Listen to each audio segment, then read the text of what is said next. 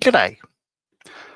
An impromptu live. I'm doing a bit on a model. I thought I'd just turn the camera on while I'm doing this. So what I'm working on is a 1/48 scale Special Hobby Viggen. And I'm halfway through putting the fuselage together. So I'll show you what's going on. The wing, lower wing, it's had the undercarriage bays in place. They're just sitting there. Couple of holes drilled out for the actuators for the elevons. All right, front fuselage is together. I've done the cockpit. Oh, there we go. So that's it comes all in the kit. It's photo etch and all that sort of stuff. So that's painted up as it is. Oh, hello, Tiff. Hello, Tiff, my friend. Nice to see you. Yeah, as I mentioned, just impromptu. This is the front face of the engine, which is at that cutoff. It's all the way down there. You won't see it, but if I shine, where's a torch? If I shine a light down there, you could see if I hold it right. There we go. Yeah, you can see the front face of the engine all the way down there. So that's there. Also thrown together, this is the back end of the engine. So this has thrust reversers. So what it has are 3 petals, all like a third. They're triangles shown there. And if they all close like that, it throws the exhaust, instead of going back out the airframe, it throws it forward and comes out these bits in the forward direction and then acts like an air brake. So they're there. But 2 of those are flush because they sit there and gravity just holds them sort of down. These are powered by, I would imagine, and I don't know for certain, but on an F-18, the VENs, the variable exhaust nozzles on the back of it, the petals are turkey feathers, some people call them, on the back of an engine, powered by fuel as a hydraulic fluid. So I reckon, well, I don't know, I reckon, this is saying that normal position on ground is the top one is somewhat down and relaxed, which, so I've put the top one in a relaxed state, sort of hanging down with gravity. And the other 2 would sort of do that. So that will fit eventually like that into the rear of the fuselage halves, leaving the underside. So again, this all fits rather well. So if that then fits up to that recess there, up is up and down is down, it looks like that. And you can see that's where, if the petals close and it throws the exhaust forwards, it comes out those bits. And, you know, forward thrust acts like air brake. Oh, there's lots of comments. Oh my God, duh. All right. Let me throw in, if anyone wants to join, copy that. I'll throw in the StreamYard link. All right. Alien is saying, what's happening, John? Nice kit. What is it? It's a Saab Viggen by Special Hobby. So everything's upside down in the box. Instead of getting that out, I'll just show you this. That's easier. There we go. Special Hobby Saab AJ37 Viggen. I'm not doing a silver one. There's 2 silver ones, which are pretty much the same, you know. But I'm doing that scheme there, which is gorgeous, absolutely gorgeous. So we'll see how that goes. Yeah, you can all watch me fail in real time. Jim says, hello, Tiff and Mr. Marley. Greetings, Ian. I love the Viggen, says Jim, correctly. Hello, Jim. Hello, Tiff. Hello, Jim and Tiff. Hello, Tiff and Jim. Bear with me. I'm going to share the stream. Oh, good God bless you, Tiff. Oh, Hobby Time's in. Hi, guys. Hi, Hobby Time. Hi, Jim. Hi, Tiff. Yep, that's the link. If anybody wants to join, please feel free. Hobby Time is saying hi, Ian, and Tiff is saying, hey, Hobby Time. Yeah, so as I mentioned, like, you know, I've just finished up on Mikey's stream, and I'm not done yet because what I have done is these bits. So top and bottom of the inlets and the front face of the turbine are all there, and they're in there. Now this is a ram air turbine. Now I had to cut out that bit and put that piece in behind and chop out the bit. In fact, there we go. It's showing. Chop out the part there. 15.8 high, 11.2 mil from the center line. So I've done that. And cut out this bit here. Right. And then put it on part 22. So when I did that, I wasn't paying attention to, I did it from the outside and followed the pattern. But I realized later on that I cut out the wrong panel. So I cut out the top panel, and then I had to cut out the panel beneath it. So that's been stuck on. And I've got a bit of, the standard sort of plastic putty on that. I need to do a bit more of that, but that then will have a door that flops open when there's no power applied, and as I've got a ram air turbine, a generator with a propeller that'll hang out in the airflow. So on the ground, from what I understand, what I read, that will be hanging out. So that's there. So that this front bit's good to go. It's actually really nice. So far, everything is fitting really well. Even like you have to cut away the spine. Here. It's saying cut away the spine. They made it too long. But once you cut it away, as I have, it fits pretty bloody well. Well, it'll go up there like that. There we go. Yeah, and that'll all go together. And also what I like about, there we go, pretty solid.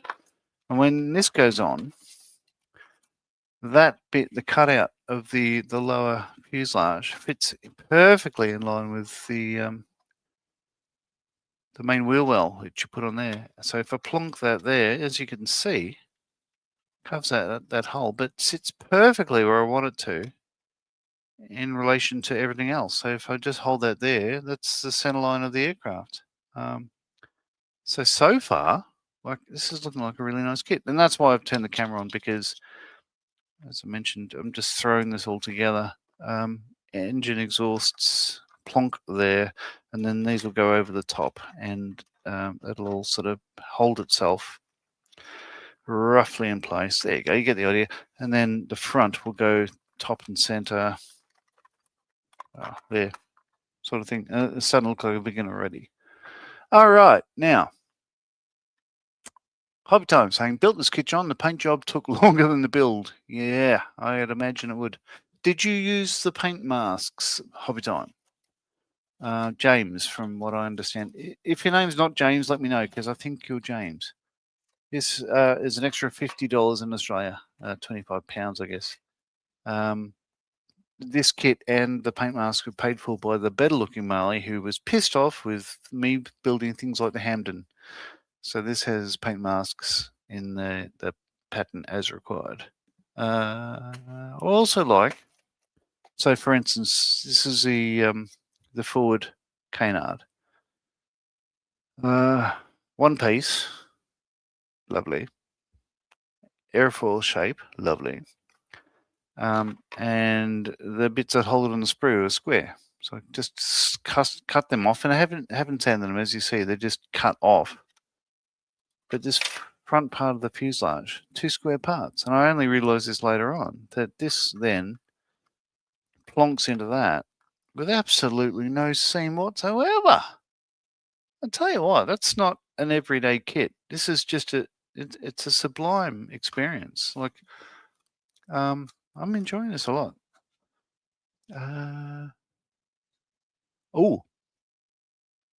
Hobby Time is saying, oh yes,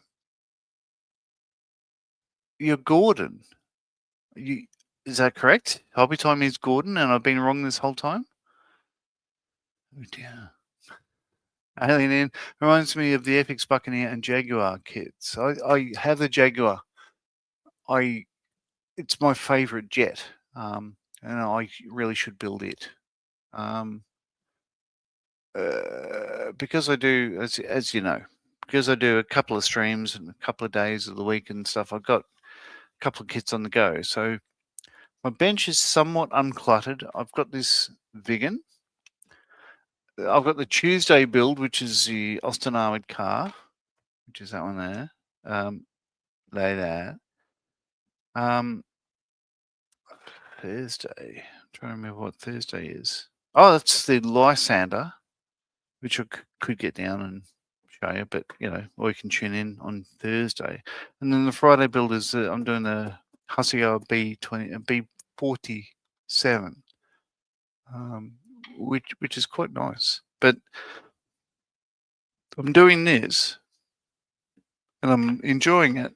But the one that's really calling out to me is the one that everybody would think, "What the hell are you thinking, you idiot?" It's changing camera. It's another Edward one because I love Edward kits because they're again sublime. It's this one here. So that's a Z126 Trainer, or coach, I guess trainer in Czech. But it's dual combo. It comes with all those schemes and those schemes. And I really want to build one of them in particular, which is, funnily enough, that one there. So when it was rebuilt, it was sponsored by a textile company. In fact, look, because I'm. Oh, hello, Steve. Hello, Steve. Steve says hi, everyone. All right, so looking at this, the one I want to build, I'll read out the spiel. So it's Zulu 126, OK IFD. Now, OK is the country code for Czechoslovakia. What was the Czechoslovakia then? Now Czech Republic. Now Czechia. Okay, so OKFD was first flown in 1954, July 26, and then headed to OK Liberec. You're going to have to, if you're Chechen, you're going to, Czech Republic, you're going to have to forgive my pronunciation. It was used for pilot training, glider towing. Subsequently, it was also used in the Usti ad Lebem and Most, where it was bought by AK Usti ad Orlichi. However, the aircraft had to be transported by land as it was the end of its lifetime period. It was overhauled by the LOTN, or the Tenchin Aircraft Repairs, and the original military green color was replaced by a more colorful marking. At the time, a large logo of the then textile factory Perla, which sponsored the overhaul, appeared on the sides of the fuselage under the canopy. Overhauled as OKIFD, it was test flown September 1st, 1970. But after Vlastimil Mechek emigrated to Austria on a glider in July 1973, so basically flew from the east over to the west in 1973, the Aero Club had to hand over the Trenner to the government. OKFD then travelled through several aero clubs, changed colours several times, finally ended up in the Holstov Aero Club in 1982. There's one uncertainty with this marking. The contemporary witnesses can't decide whether the stripe on the fuselage and the wing was blue or black. We provided decal for the blue version. Black stripe can be airbrushed instead. So I really want to build that, because it just looks like, I've only just recently finished a chipmunk, and this looks very much like a chipmunk. And it's bright and colourful and all that stuff. So this is calling out to me. And this particular scheme of all the aircraft in the boxing, this is the only marking that has the floor that's actually wood. So I've just painted the floor in wood, like that. It's a standard sort of thing, the way I do with acrylic, yellow ochre and all that sort of stuff like that, and then a brown burnt umber in oils over the top. But I've gone for a more bright version because it'll be like that sort of beach sort of thing. It won't be oak. But I really want to do that. So that's probably going to happen very soon. Anywho, Oh, hello. There's lots of comments. Okay, Gordon, hobby time. Gordon, sorry, my mistake. You must cringe every time I call him James. Steve says hi everyone. Hi Steve. Hey Steve says Tiff and Ian. Graham, who I was going to join live, but missed your stream by probably about 10 minutes or so. It's looking good, John.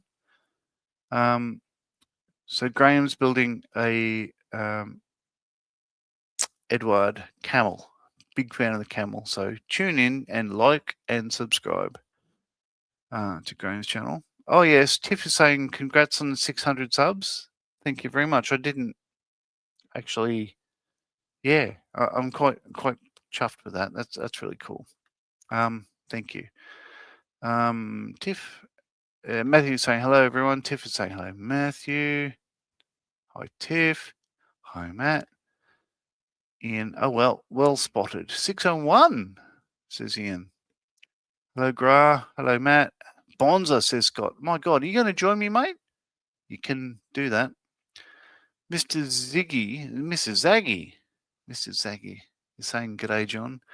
And Graham is saying, looks like the shout out for John on my stream works. Did you really? That's cool. Thank you very much. Yeah, all right. Look, I'll go eyes down because nobody wants to see my mug. I'll go back to this. Oh, Mr. Oh my God. Okay, Mr. Zaki is down from the Hunter Club. Oh, cool. Very cool. You're very welcome. And Matthew's saying, well done, John. Do you get a plaque from YouTube? No, I get nothing from YouTube.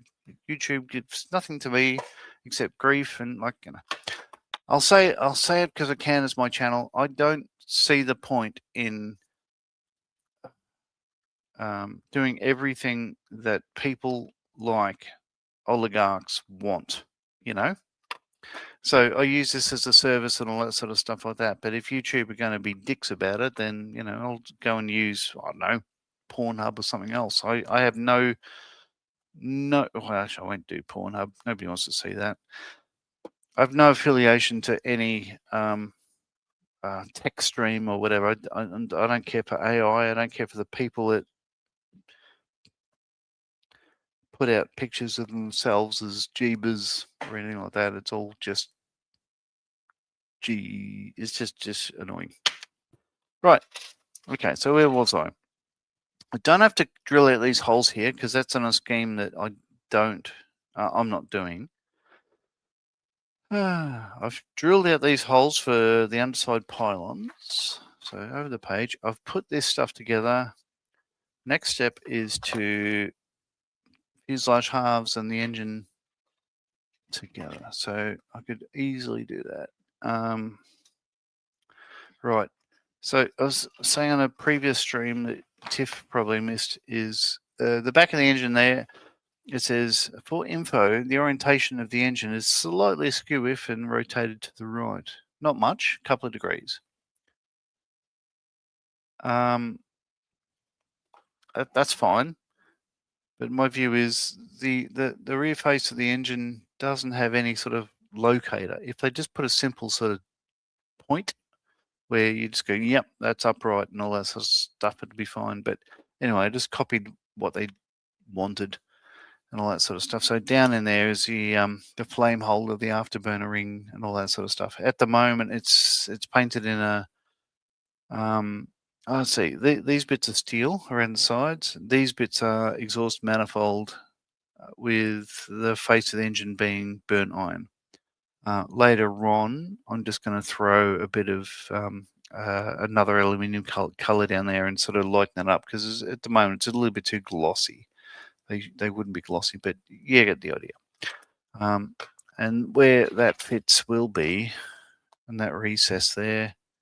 Plonk, can't get that wrong. And then these bits go on, and with the recess for the undercarriage, where that goes on again, perfectly lines up, covers up any holes. It's a sublime fitting kit. So that will be like that, and it'll be all the way around. And so you see the reverse thrust outlets, and again on the underside. So it's all very cool. I am enjoying it. Tiff is saying I get a first plaque at 100,000 subscribers. Oh, I've got 600.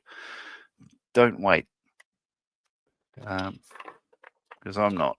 All right. Okay. It says to put the engine together with the halves and then plonk it down on the top, so front and rear, and the whole thing then goes onto the lower wing. So I'll follow the instructions. Oh, Mr. Zag is saying I have this special hobby kit in the stash. It keeps looking at me funny. Looks like it goes together pretty well. Pretty sure of a set of aftermarket canards with separate control surfaces. Yeah, cool. I'm not going to go with separate control surfaces, but I like the fact that they're single piece and has a quite a sharp leading edge, and all that sort of stuff. I think it's really nice. Like there's no part of this kit that I find frustrating in any way at all. And again, the way it fits on there, it's like, what the hell? It shouldn't fit this. It shouldn't fit so well. No, I'd get into it. If it keeps looking at you funny, I understand. This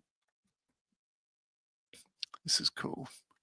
Oh, and you're right, Tiff. I missed Tiff saying you missed my stream last night. It went pretty well. Started the Hella kit. I did miss it, Tiff. What are you building? A Hella kit. I'm quite happy to hear you build one of them. He says as a sponsorship arrangement. Mr. Zaggy, the single piece looks really awesome. Yeah. Yeah, Tiff, what are you building? All right, so this will be in the top halves, and again, it's got the same recess on the quarters here. She's doing the Splendid Hotel Citroen C4. Oh, tell you what, I do like a Citroen. I do like French vehicles. So, so I grabbed this from Hobbyco. I was in there. Yeah, it's just their catalogue of the vehicles. So let's see what Tiff's building. It's my wife's house. Citroen C4. Ugh. Tell you what, these are bloody cool.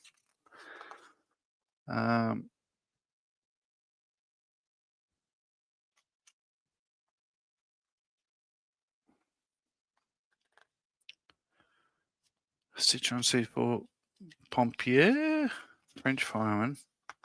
Oh, we're probably getting away from vehicles now. Car transporter, goods trailer, road workers, farmers, Ferguson Petit Gris, trailer 3TO, Kenworth K123 cab over. So the Splendid. Oh no, you're right. No, it's the older one. The it looks an earlier Citroen in the crimson marking. Yeah, that's a very very cool thing. Yeah, I am a bit jealous about that. Alien Ian is saying quite impressed with the special hobby kit. I'll look into getting one. It is expensive. This cost about 150 odd Australian, and then the masks are another 50. So this is one of the most expensive kits I've ever done. To be honest, like this and the Qatari Spitfire in 30-second scale. But yeah, if you want a Viggen, yeah, as I said, I'm really impressed. Sorry, had a mouthful of wine just now. Right, let's plonk this together. Because I tell you what, like even that bit there, once it sits on where it does, absolutely lovely panel seams. If not, those masks, I'm a bit jealous of those. You can get them. These were literally from Hobbyco. Wrong Hobbyco. Frontline Hobbies. They had them in their warehouse. They may have more. It might have been the only one, but yeah, it's for the kit by the kit manufacturer. What could possibly go wrong? He says. Right, let's get a bit of glue on this. Now,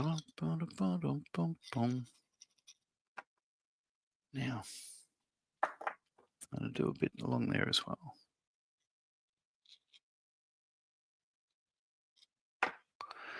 That will be that way up.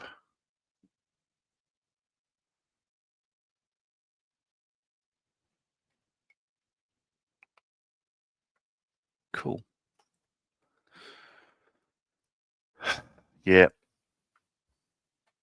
Alien is saying, how much? Yeah, it's a fair bit of coin. I mentioned before, I didn't pay for this. The better looking male, my twin brother, paid for it because he was pissed off with me building planes he didn't like the Hamden. So he transferred funds to my account, and this happened. So thank you, Mr. Marley, the great benefactor. Right. Now, other half. Lots of glue there. Some mirror glue there. Oh, now I'm putting two halves together. I should do a smear this way.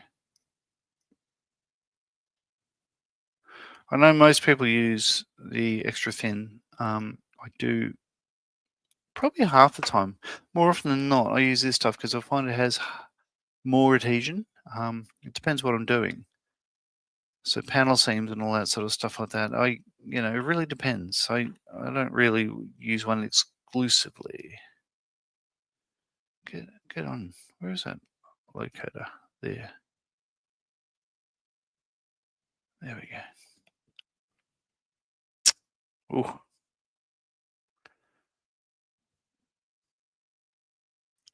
That does work. Okay. And then hold the front together.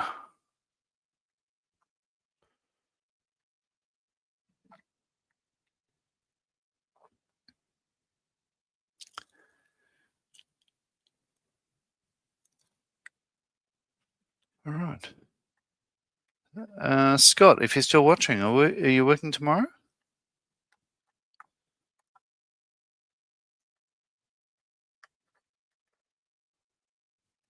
Yeah, that's lovely. And then again, that would marry up. So in the last stream I did, I wasn't sure exactly the position of the intake, the front face of the engine, and all that sort of stuff. See how this is sticking at the back there? I had it flush to start with, and that meant the intakes were slightly proud there. But what I did then is cut out one of the intake bits, so that triangle there fits on with that triangle there, and like that. Whereas I had it sitting slightly proud. There are no locating marks, for instance, for the intakes. But if that's correct at the front there, then it stands to reason that it's yeah, well, that's pretty good. And again, as I said, if you squint, you can look down there, and there is, yep, yeah, you can see, I can see the intake of the engine. Oh God, nearly there. Oh, it's down there. What the hell?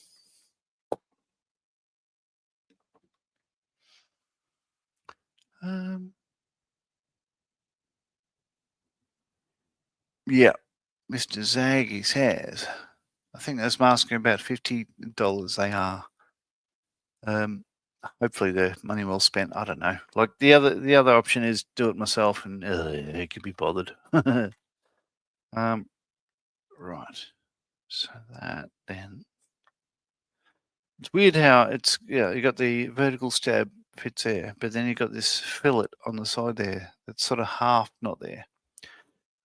But I'm sure that will fit well, like all the other bits anyway. Oh, Scott is in. Hello, how are you, mate? Oh, hello, I'm here. How's the King George? The Yeah, it's fifth? King George. King George Yeah, all going? right. I just built earlier some little machine gun thingies for the nest. I just got to put another one here, and a couple more holes too. So, A couple more holes. What are the holes for? To put the gun nests in. Well, that makes sense. These things here are gun nests. Oh, yeah. That's sort of focused. So I've got to build. I've already built these earlier. Those little things. Oh, They're little guns. Yeah. Try that. There you go. It's upside down, but it is a little gun, machine gun thingy, and they go in those nests there. So I've got to put one more here, which means I have to paint it before I put it in. So right. Yeah, there you go. The deck's looking very nice. Yeah, it's a very nice deck, isn't it? What did you use for that? It was basically Vallejo wood there, and I flat brushed some of that on top. So right, that's all that is. Yeah, there you go. That's looking very good. Oh, Matthew's saying, yeah, am I a bad person for using the plastic paint brushes I bought 100 of for applying Mr. Surfacer to my tanks as they last longer than paintbrushes and cost a lot less? Yeah, no, you're not a bad person. It's a bugger to wash out Mr. Surfacer from any brush. So once you use them, they go to God. So I think that's the right decision there. Mr. Zaggy is saying, I think the weird vertical tail fillet is so you can fold the fin. If you get really keen, I'm not sure. I think the fin folds about a third of the way up. Getting out my pen. Yeah, it folds there. Like, no, I'll take Scott off big screen. Folds there along that line. Well, that's the actuator for the rudder. But anyway, doesn't really matter. Gary's in. Saying hello, peoples. Hello, John. Thank you, everyone, for their kind condolences. The emotions are still raw, etc. Your streams, John, have been a bit random. Google, yeah. And I've been trying to lock onto a live stream. No, you can't. I work randomly. Okay, so I mentioned on a previous stream, and I hope you don't mind, Gary, that I heard the news. I was messaging Gary earlier in the day, and unfortunately, he passed on the news that his sister had passed away. So I pass on my condolences, and as I do again, and chin up, buddy. I hope everything works out okay. And it must be raw. I can't imagine losing a sister. yes. Tiff is saying, if it works for you, Matthew, why not use them? GM, says Tiff. She's impressed. Hope you're okay. And Aileen saying, hi, Gary. Sorry to hear about your sis.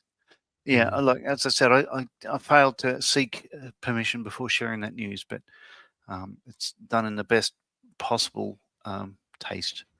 If you bear with me, I'll suddenly find myself about to wet my pants, so I'll be back in a minute. It's your show, Scott. Take over. Oh, hello, and welcome to John's show. Yeah. All right. Well, let's see what I can do. I was just about to go mix some paint, but I'll wait until John comes back. So, yeah. I'll just cut some of these out, I guess.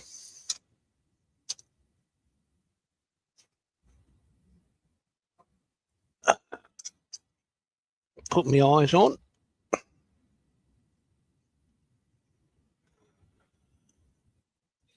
Let's see how we go. Which one? I don't know. Doesn't matter.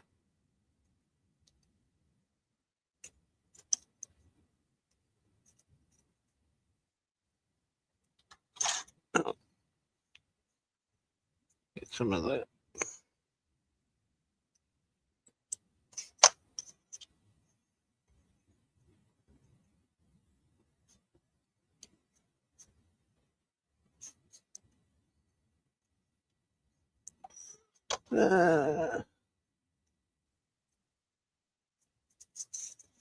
That's not what I want. That's it.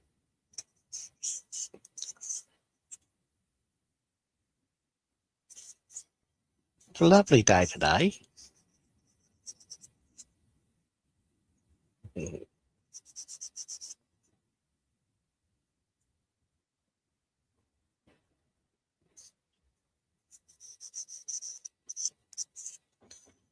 Yes, I heard this morning my model shop. Well, it's not really a model shop. It's very everything. I'm I back. just sell models with it. Is closing down today, or closing down in 2 months. So yeah, I'll have to go somewhere else to get me glues. So one of your local brick and mortar places closing down. Is that what I heard? Place I used to get all my model stuff from, as in glues and paints, without having to send away for it. What's that called? Is closing down. Leading Edge. Leading Edge. I have a friend that lives down somewhere down near you. He's just south of Launceston, I think.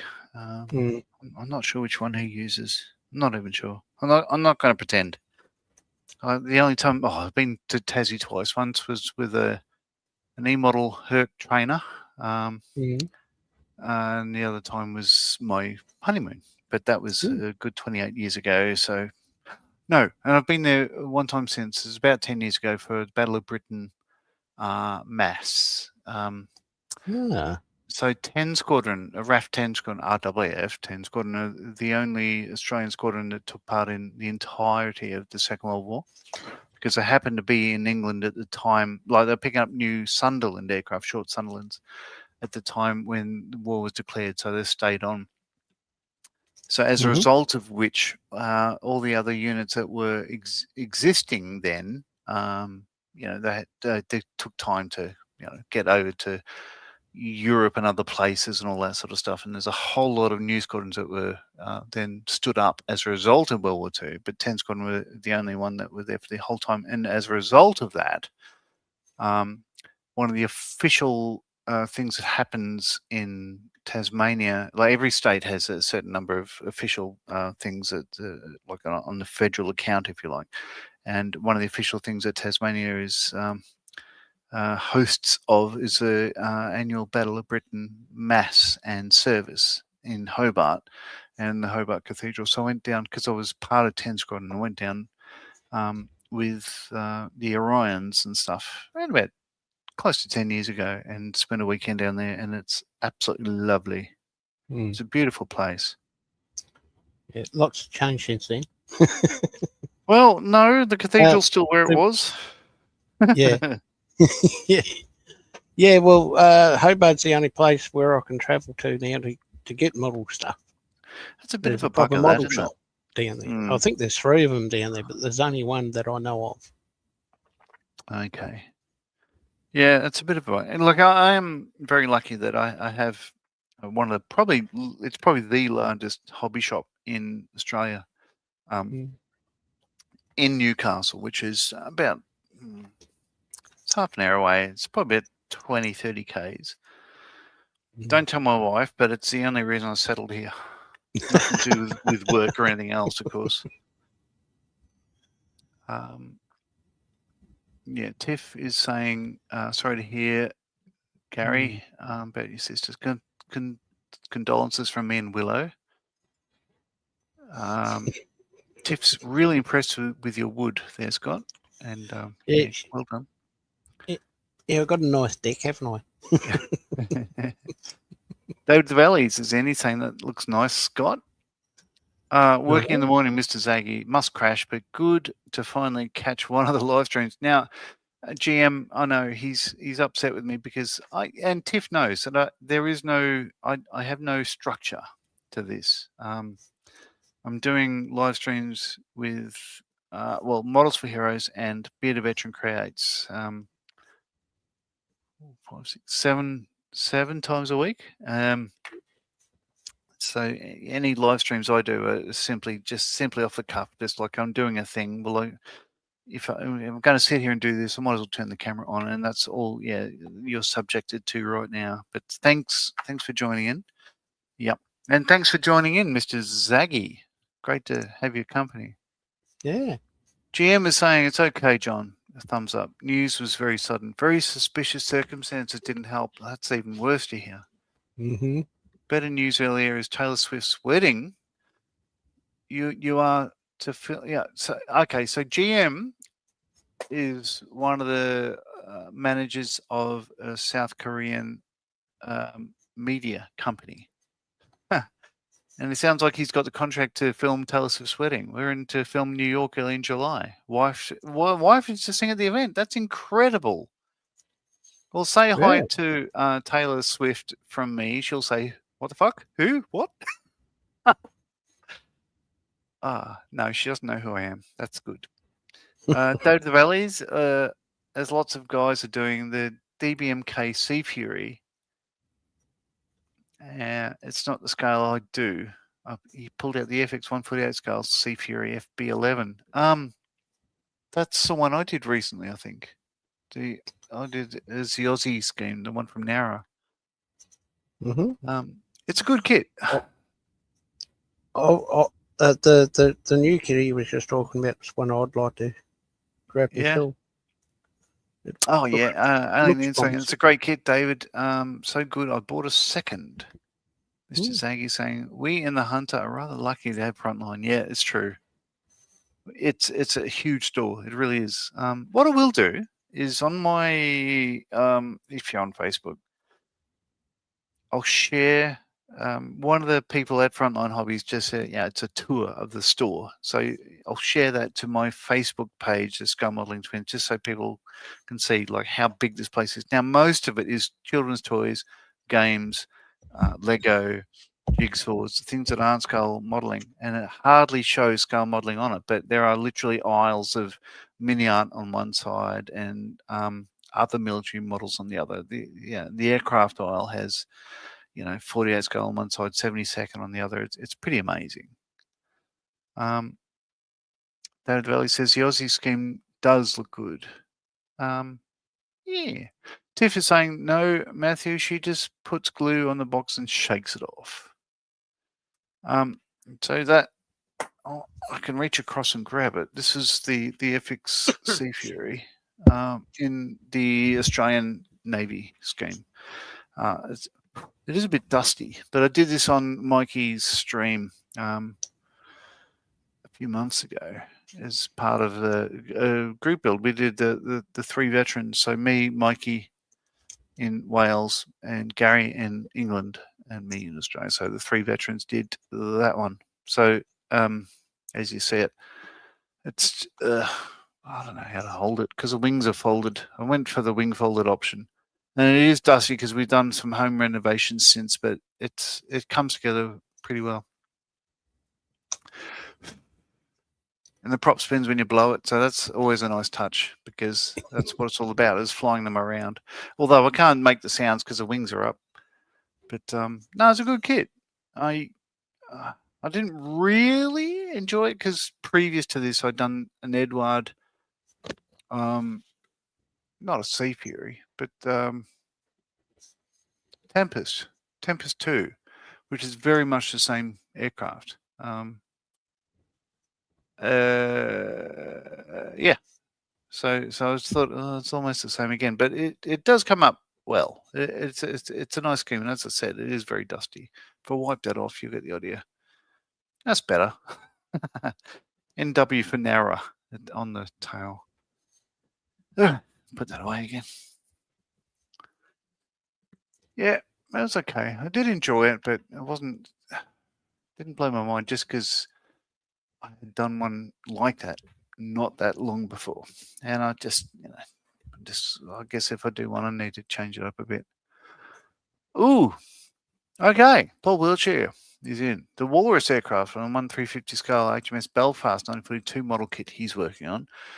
Next is to paint them up and put the decals on them. Decals, as you probably say. The one in the hangar has to have the wings chopped and stowed in the hangar. Stored in the hangar. That's cool. I did recommend you put one in the hangar, so I do apologise. Unfortunately, no option for the folded wings. Well, if you slice the bastards off, there is. Paul is saying, yeah, he did some surgery. GM is saying some of Taylor Swift's friends watched the. Really? They watched the Veteran Crates and John streams. So she would have seen some of the goings on. Oh my God, that is scary shit. Fucking hell. Oh God, that's amazing. And Tiff is saying, "Hey, Paul." Right, eyes down again. That's incredible. Yeah. All right. Where was I? Okay, the two fuselage halves are together. The engine's in place, so it's all plonk this on the low wing. How is it? Oh my God, it is sublime. Wow. God, it's incredible. Parts shouldn't fit this well. All right. Okay. All right. I'll glue this in place. How long we got? Oh, God, I've been live for 45 minutes already, 46, 11 people watching, and you're all very welcome. Paul Wheelchair is quite rightly asking, what ship is that, Scott? So big screen over to you again, because, it's your stream. Oh, it's King George. Hang on, it's just the painted one. No, it's not. King George V. Tamiya 135th. That one. 1/350? 1/350th, yeah. That's nice. So is that gold on matte black, or what am I looking at there? Is that brass? It is. Actually, I don't know. I think it's meant to be gold, but yeah. I was using, got myself some of these pens. Oh, okay. Gallery pens. Oh, the pens. gallery ones. Yeah, they're really good. They're pretty much like metallic colours. So you get all those colours: gold, bronze, silver, whatever, and some fancy ones as well. Wow, that's cool. So Tiff is saying, all right. So Tiff, what she's getting at there is during the Bearded Veteran Crate stream, GM was one of the viewers and stuff like that. And we were all sort of watching, Tiff and myself and some other people. And and GM mentioned like I'm here with Bruce Dickinson and all that sort of stuff, and all of us is just going, and we're all off camera, but we're all sort of gen reflecting and all that sort of stuff like that. And Mikey said, "I don't know who you're talking about," and all of us were gobsmacked. We're just like, "You're the lead singer of Iron Maiden," and he said, "What? Oh, Iron Maiden? Oh, okay, I've heard of them. No, Dickinson? No, name doesn't ring a bell," and all that sort of stuff. And then GM followed it up with a photo of him standing next to Bruce Dickinson and stuff like that. And we showed that to Mikey, and he was, had his tail between his legs. It was hilarious. So yeah, I was going to say that GM moves in different circles, but as he knows, I shared photos of me with the Governor General of Australia and the Prime Minister of Australia at the time, and my stories aren't as grand. Very nice, says Paul. That ship is on the wanted list for me. Oh, right. And that was hilarious last summer, Tiff. Yeah. It's like, it was funny. It was almost like there's an episode that makes me giggle every time I think of it. So Mikey was reading out the comments and he said, something or other, something INXS. And I just, what? Say that again for us, please. INXS. Okay. And one more time, INXS. And all of us are saying, it's in excess, dude. What? Is it a band? I never heard of them. I'm just like, all of us are just like, Jesus. Who hadn't heard of them? Mikey Connolly over in Wales. Oh. He doesn't leave the house often.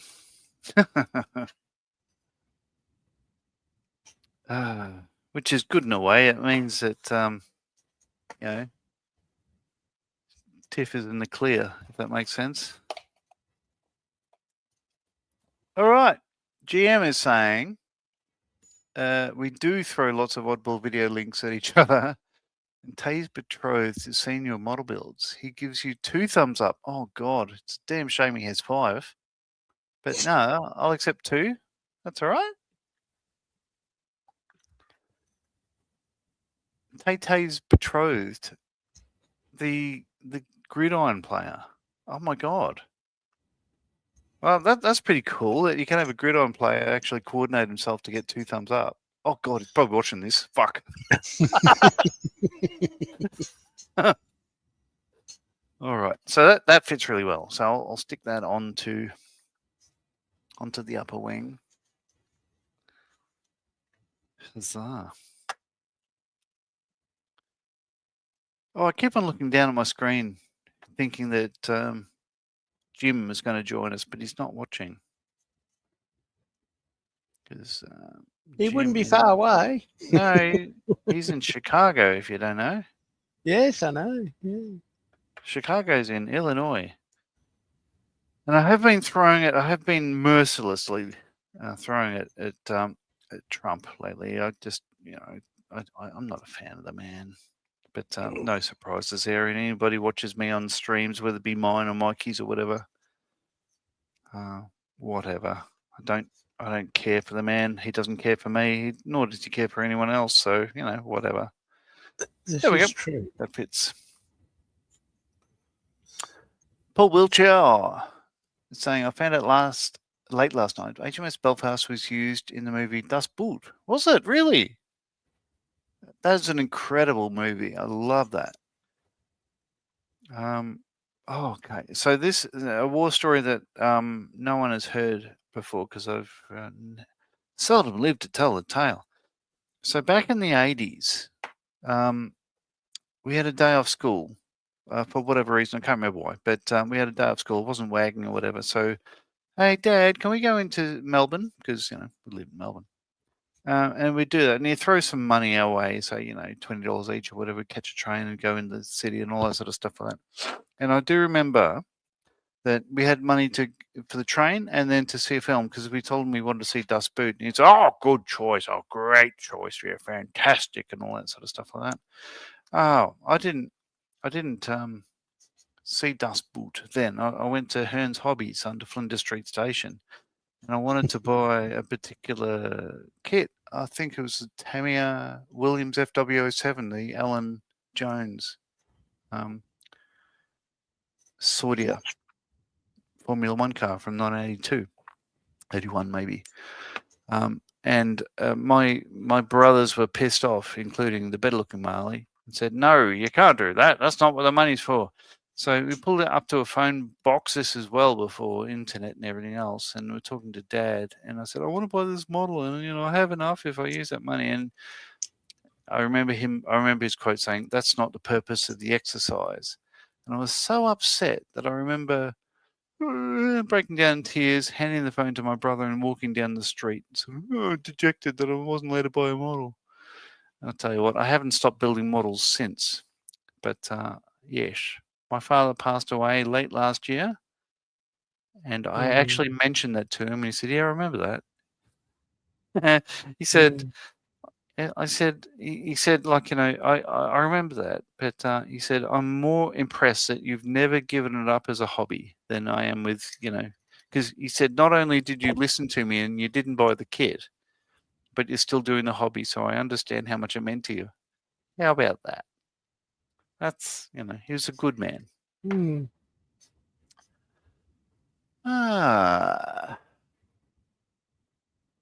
All right. So yeah, HMS Belfast were used in Das Boot. However, I'm still looking through it to find the footage. Alien, cool, Paul. I have to watch that on DVD. GM is saying the Mikey Dickinson thing isn't over. If I get to the UK after the wedding, Bruce and I are thinking to go visit the heathen in Northern Wales. Oh, God. Can you imagine looking at his face when he opens the door? He says, I don't know who you are. Oh, Bruce Dickinson. No, I still don't know who you are. From Iron Maiden. No, no idea. No. It'll be a wasted trip, but it'll be fucking funny. I'll be laughing from here. Oh, we have a new viewer. AJB2K3 is saying hello. Where are you from? Love to know. And Tiff is saying hello to you. Yes. Oh, God. 55 minutes in, 12 people watching. All very welcome.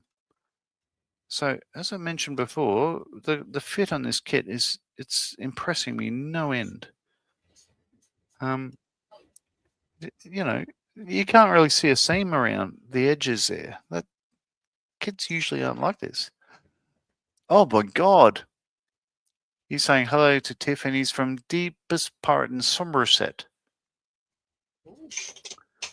Very cool. That's where the sheep do not so much fly as plummet. You're very welcome.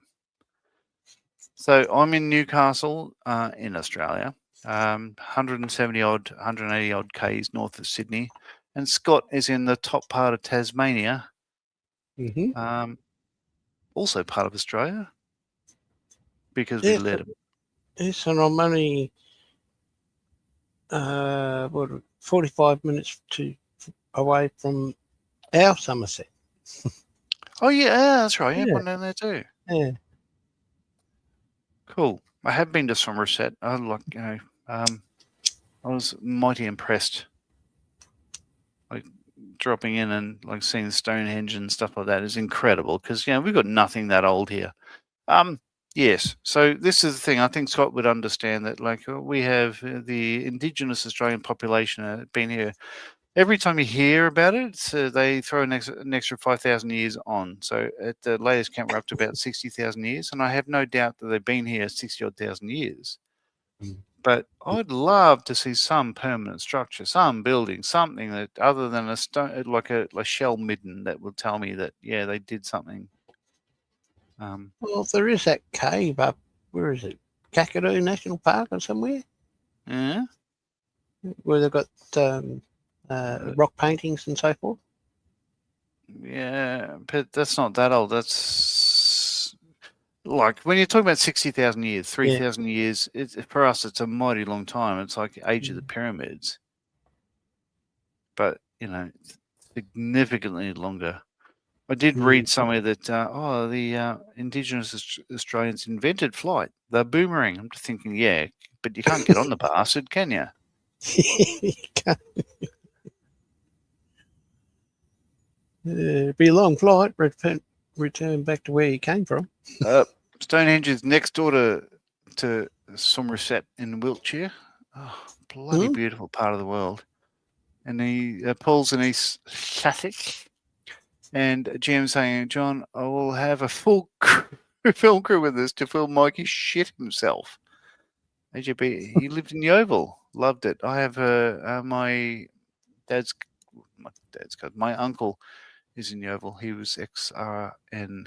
I should get over there before he passes away.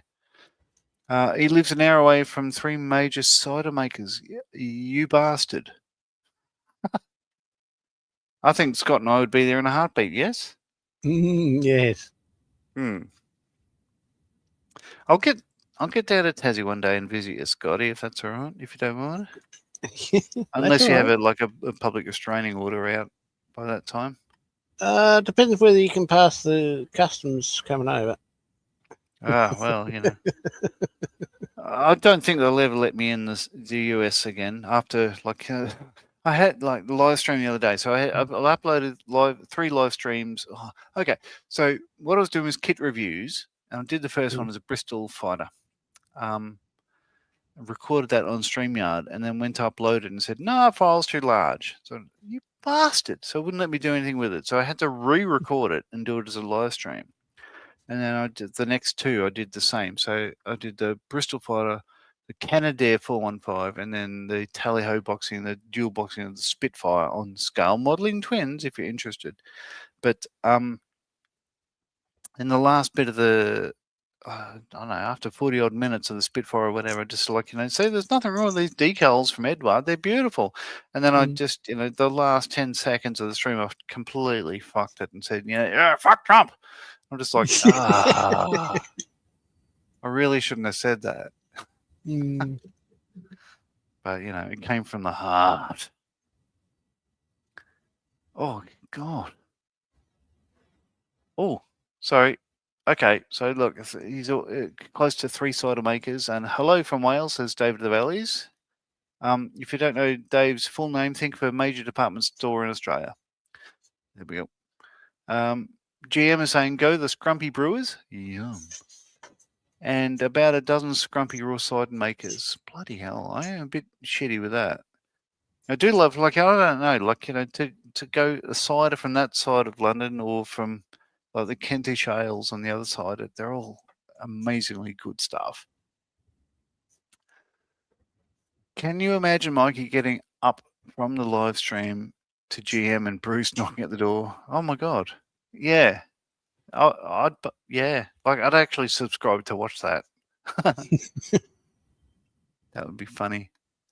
AGB, what's it? Yeah. AGB K3 is saying, Ian, it's been done before on the other streams. Scrumpy Jack is my favourite cider as well. It bloody well should be, Paul. And he can't drink cider or Scrumpy anymore. What? You had too much of it? You go for the harder stuff. You just drink, isopropyl alcohol these days or whatever. I don't know.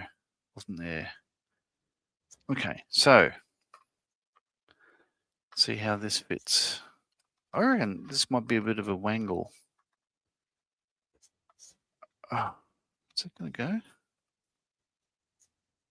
Take the cane harder. Oh. Okay.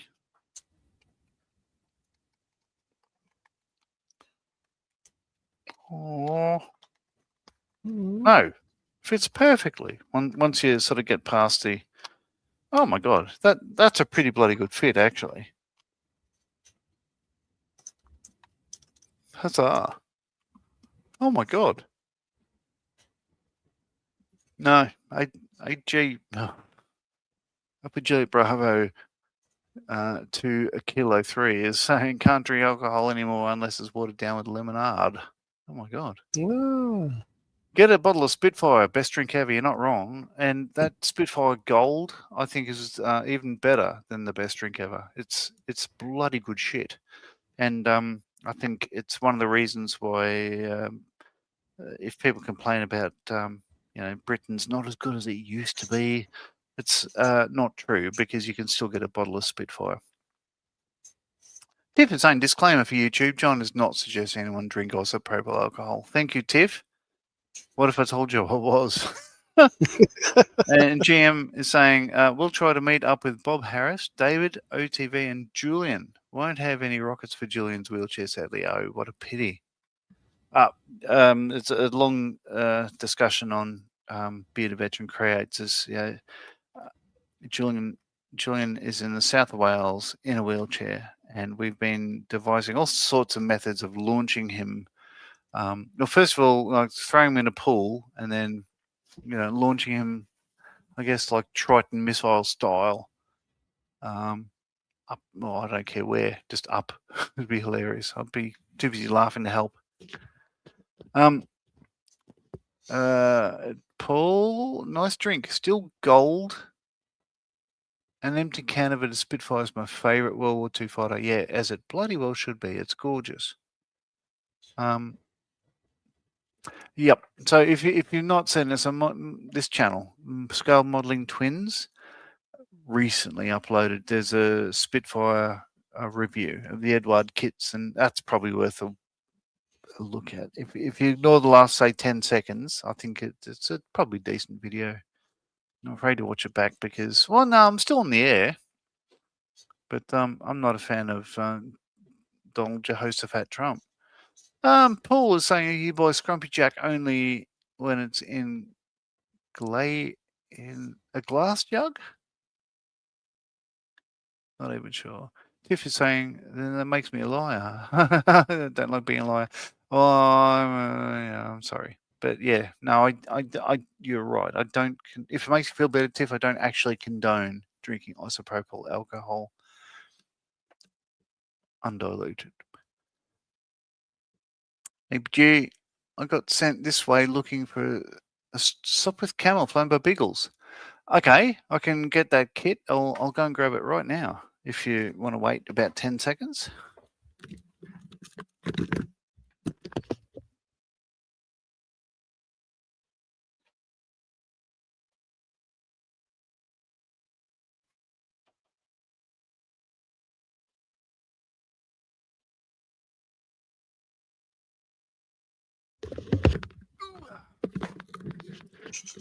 Okay. So Edouard did a double boxing of a camel. Now I've built both of them, but I've also enjoyed the kit so much that I bought a third one.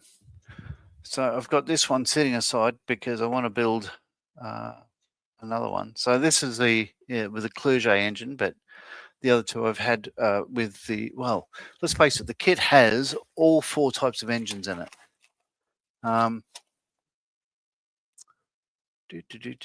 Yep. The Gnome, the Larone. I'm not saying which one's which, but yeah, Gnome, Larone, Clerget, and a Bentley. So yeah, the kit is bloody brilliant, and in fact has 2 types of upper fuselage, 2 types of wings. One with the big sort of cutout in the top, and one of the smaller ones. It's got, I think, where is it? I can't see. But it's got, I think, 3 types. Oh, it's probably the middle sprue. 3 types of undercarriage. Where is it?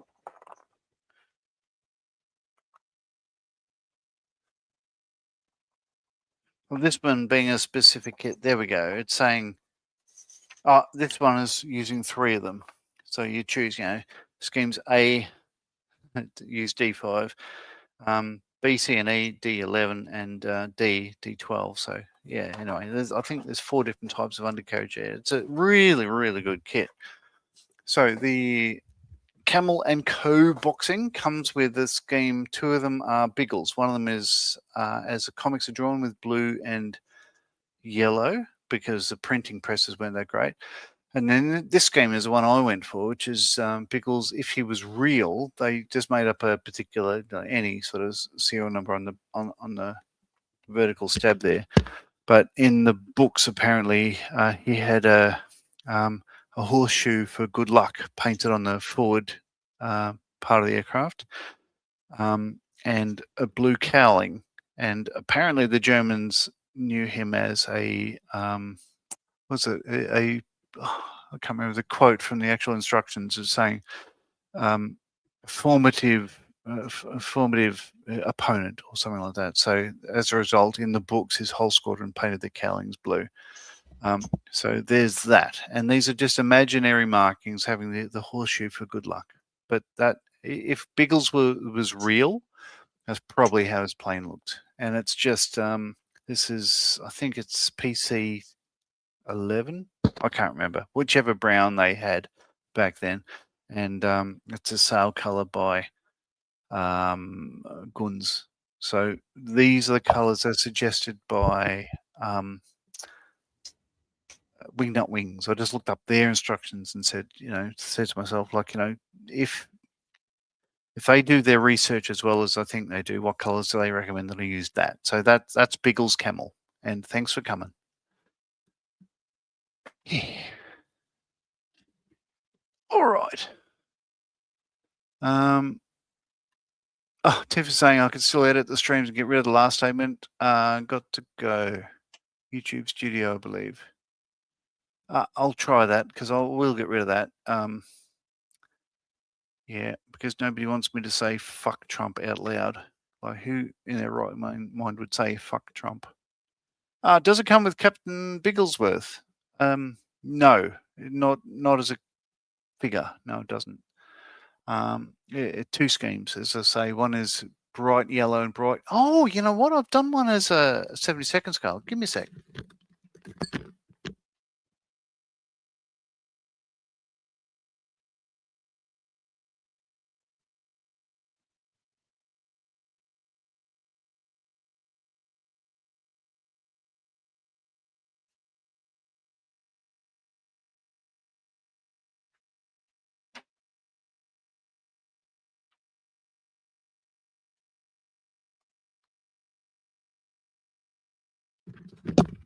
Okay.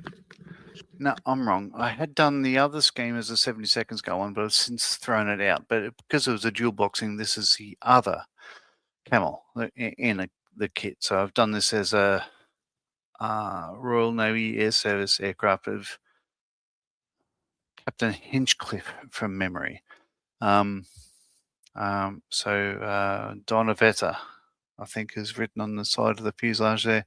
But I asked Steph, the budget modeler on YouTube, what scheme should I do? And he suggested this one later on. He said it's the most complicated one he could find. So he thought he'd challenge me. And he said, look, I'm pissed off that you not only made it, but made it so well. So there's that.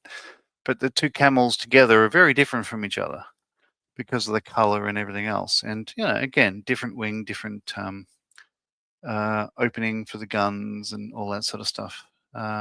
Yeah, for 2 different aircraft, they in the same kit. Yeah, they've come up pretty well, but they are quite different from each other. They're the camels. I do love a camel. Get them up there out of the way where I won't break them. If not, I'll break them. Ah. Oh, okay. Yeah, HGB is saying he inherited the book series. I've never actually read a Biggles book. I really should. And he's also agreeing with me. Thank you, thank you. Otherwise, you wouldn't be watching anymore because, you know, they're all of his supporters like 7-year-old children. Tiff is saying Mikey may know more on that, though. I think he's edited one of his streams before. I'll give it a crack. Yeah, but like the last thing I want to do is upset some racist idiots in America. Like, you know, don't want to upset them at all. Anyway, where was I? Back to this. I need to. What I'll do, I'll put a bit of glue around this. There's a bit of wangle to get it on, but I think once it's on, it's on. And then everything changes. This suddenly looks like a Viggen. Apparently, Viggen is Swedish for thunderbolt. No idea. Oh, sorry, I'll take me off big screen. Scott's still here. Yeah, I'm still here. 16 people watching. Insane. There we go. Right. Let's get a bit of a smear of glue around this edge here. Where did you go? I know you didn't go far. All right, and along the spine.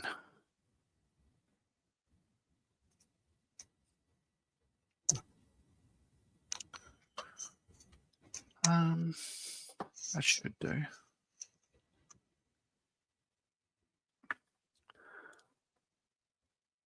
Oh, yeah. Oh, yeah, AJB is saying bigoted. Well, I don't know. Not even that. I'm not sure what that means, but no. You know, my view is anyone who voted for that guy must understand by now he didn't want to be elected to office to help anyone but himself. So they're all dealing with that now. And America will rise again. But Jesus, this guy, he really should go. He's literally, you know, if he's not a pedophile, which I don't think he actually is, he's certainly a creep. And I wouldn't want my daughters alone in a room with him. I have to remember that you're now affiliated with a company, and I have to be careful what I say. Yeah. Hello, Tiff. Hello, says Jim. Taylor Swift has 2 cats, both rag dolls. I expect to get covered in cat hair. And AGB is saying, I often say I can't go to that landmass because of my comments, which are a valid excuse. Yeah, look, I won't go to that landmass until that guy is not only out of office but underground. Because I think he's literally destroying the good name of the American people. There we go. That does fit well. And the only people that can fix that are the American people. But I'll sit here and just go, what the fuck are you doing? Okay, there we go. Oh my God, that does fit well.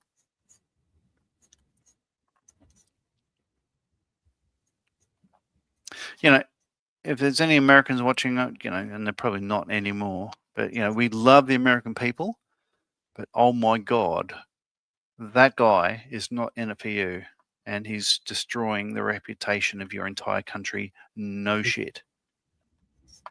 Yeah. What about that phone he was going to bring out?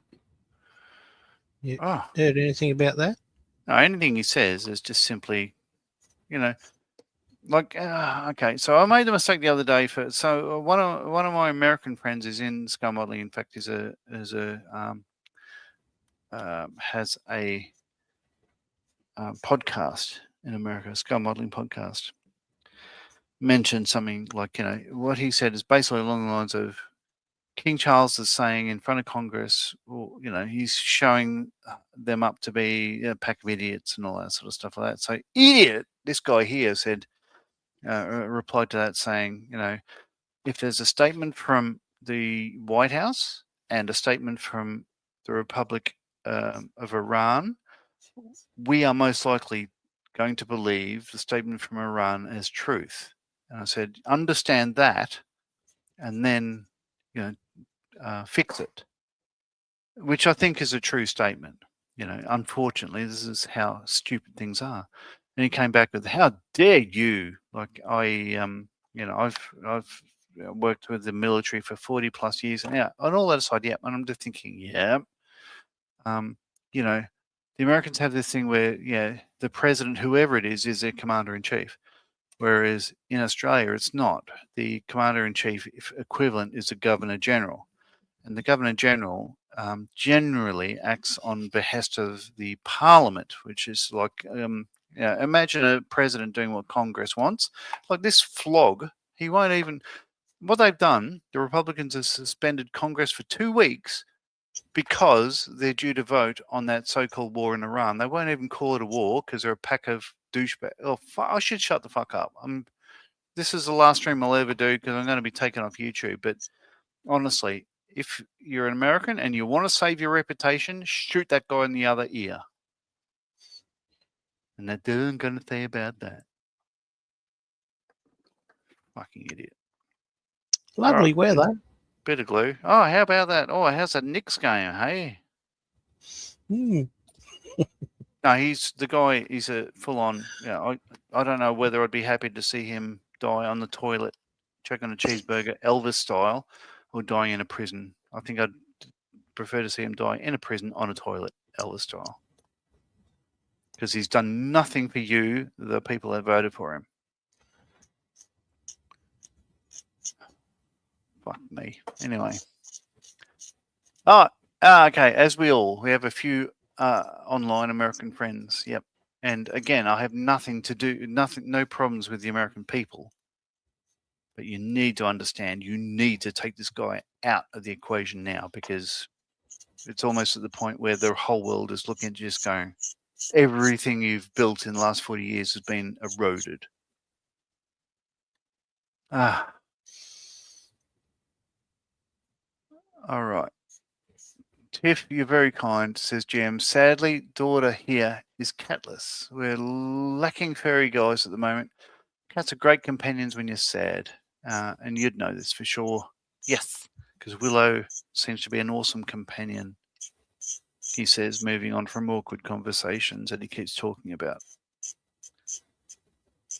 This is a bloody big plane. Yeah. I had built a 48 scale one of these years ago. It would be in the 90s. It would be in the Esky kit or Eshi kit. No, I did do it in the camouflage, but yeah, it wasn't great because, it was before airbrush and all that sort of stuff like that, but it looked okay. But, it's an awesome aircraft. It has gone together very well. What's next? He hinted. Whoop! Cat's definitely a great companion, says Tiff. Willow has kept me sane the last week or so. Yeah, very good. And AGB is preferred dogs. I have one as a personal trainer and an aid dog to stop me from getting stressed. So you have two dogs, one as a personal trainer. As in, like, what? If you're lifting weights, he's sort of spotting you? That's pretty cool.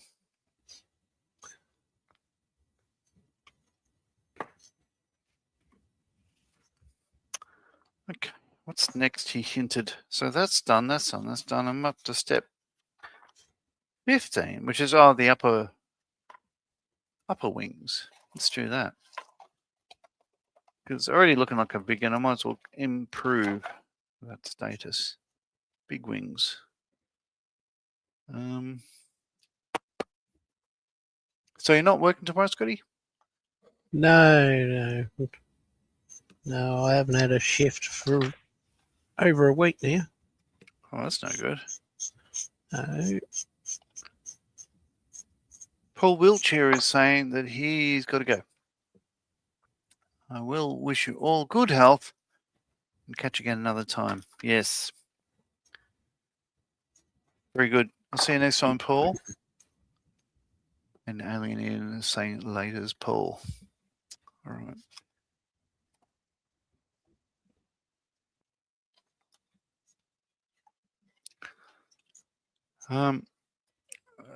So even though I'm enjoying the hell out of this kit because the fit is absolutely sublime, there's going to be times when I won't be able to proceed with it. So I'm actually going to start building another one off to the side. And it's this one. This is another Edward kit. Changing camera. This is a Chechen aircraft. So Chechnya. No, it's what used to be. Well, these are from Czechoslovakia. Since then, it's become the Czech Republic, and now it's Czechia. But it's a Z126 Trenier, and it has, what have we got? 5 schemes there, and 5 schemes there, and they're all very colourful and everything else. So I'm going to be doing the first one. I'll be doing will be that one, the red and white one. But that'll be happening on the side alongside other things that I'm doing. And of the schemes in the box, that's the only one with the wooden floor.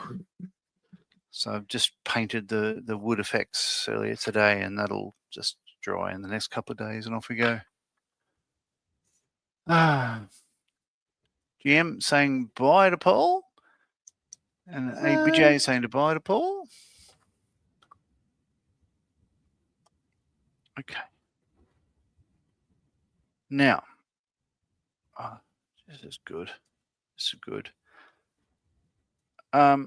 Any long-time viewers or whatever would know that I'm quite passionate about Models for Heroes and the work they do with supporting armed forces veterans and stuff like that from combating PTSD and everything else. So I went to a veterans, change the camera, went to a veterans lunch on Friday at the Veterans Hub. It's a, what is that? RSL Life Care Hunter Valley Veterans and Families Hub. And Yeah, they put on a lunch and stuff, and literally barbecues, snags, salads, and stuff like that. Turned up there, and the first thing that happened was that the manager there, Haley, was saying, "Look, I owe you an apology. I'm sorry I haven't got back to you." And yeah, so she's going to talk this week about running sessions. So I'm going to be starting off an Australian version of Models for Heroes just in my local area. So veterans will be invited to come along free of charge, and they can sit down and make models. And the whole thing is to combat PTSD and all that sort of stuff like that. So it's about to kick off, and I'm actually quite excited about doing something that I'm passionate about. Oh my god! Every part I put on this, I am thrilled with how sublime the fit is. This is not an issue kit. It's gorgeous. Nice. Wow. Yep. Expensive kit. Get one amongst it yourselves. Matthew is saying, running a spray paint on my late Tiger 1, or your Tiger 1 late model, I'd say. So I'll have to colour match some Tamiya olive green for that now. That'd be easy. No, you could have sort of subtly different colours and all that sort of stuff. It'll all sort of blend together pretty well. I think the more mess you make, the better it'll look, probably.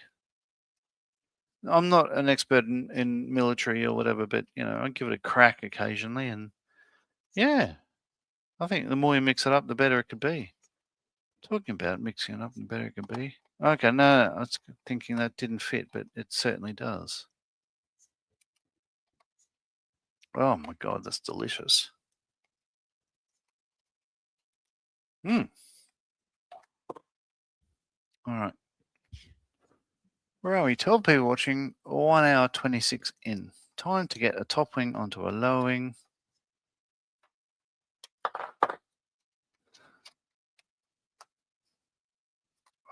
Yeah, no, that's good. I was thinking these ECM pods, these things out the front of the wing here, didn't fit, but yeah. Once I hold my teeth right, that's a sublime fit. Really is. Yeah. God, it's really subtle. Sort of panel lines, like the way the wing sort of, the high point of the wing is there. And lower goes recesses to the trailing edge. I think it's just really cool. Yep. That is cool. All right. Tiff is saying, if in doubt, Matthew, cover what you haven't painted in a tarp and make a diorama. Jim is saying the Swedish aircraft is large, it's also quite heavy, very maneuverable, but thirsty on fuel. It's a stonking big engine. Like, it's one of the largest engines in diameter I've played with in any model lately. And what's really cool about this, because it's got dual main undercarriage. In the instructions, it says it's designed to, where are we? Dun, dun, dun, dun, dun. Yeah, it's all very good with its nose. Inner doors were normally closed when the aircraft is parked. Blah, blah, blah. The model is balanced to correctly stand on its main landing gear. However, if you plan to add aftermarket equipment, it's a good idea to add some ballast in the nose to avoid the model becoming a tail setter. So well done for putting that info in. But being like it's a double sort of wheel undercarriage like that, it should maintain its. I haven't put it in. Well, I haven't put the radome in on yet, so I haven't put any nose weight or whatever. But I'll tell you what, this is gorgeous.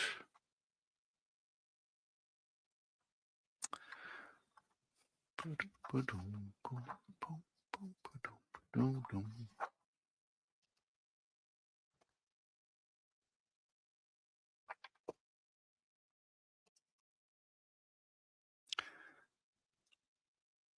was going to join Graham on his stream earlier, Scott. Oh no, you probably heard me saying. But by the time I'd finish up with chatting to Mikey after the stream, that Graham had gone off air.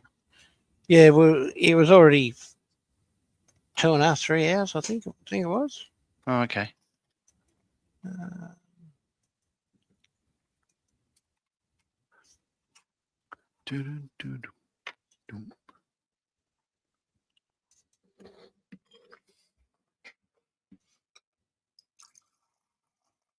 Yeah, it was 3 hours. So yeah, he stopped it.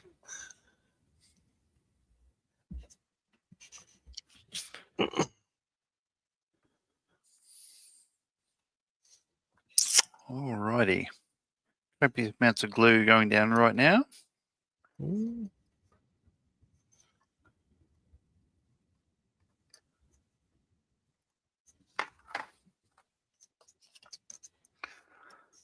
Yeah, I mean, you can see the shape of that leading edge here. I'll zoom in a minute, just so you get the idea of what I'm talking about.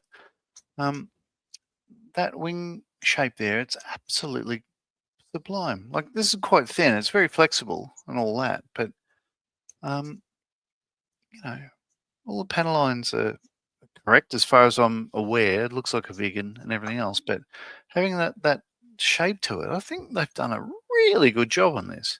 So even to put glue along this seam there, it's a very, very thin panel. So maybe I won't. Maybe I'll stick it on and just put some extra thin along there. Let's try that. Yeah, but it just closes up the gap perfectly. I'm actually really impressed with this model. Wow. It's not often you say wow and you put two bits of plastic together, though, is it?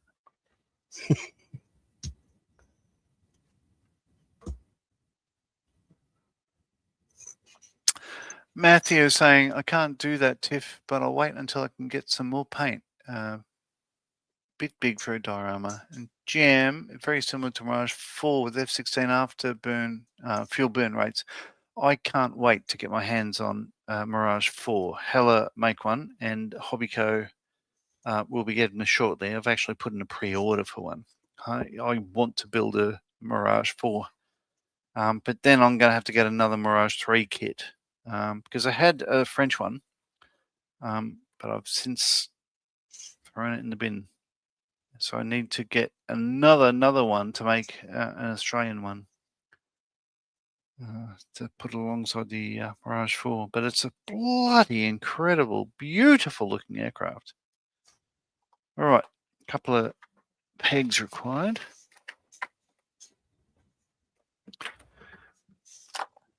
Okay, now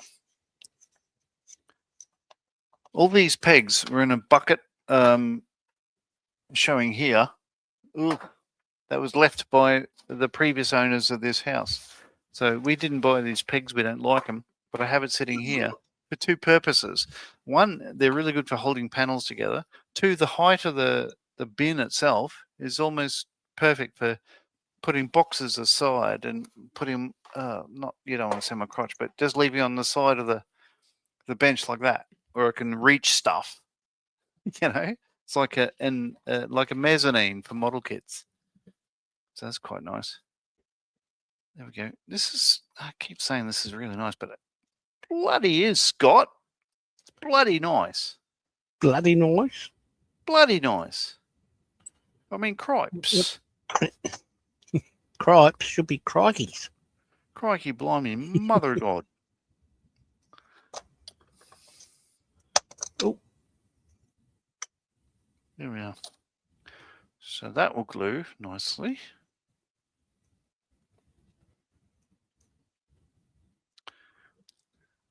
Gorgeous.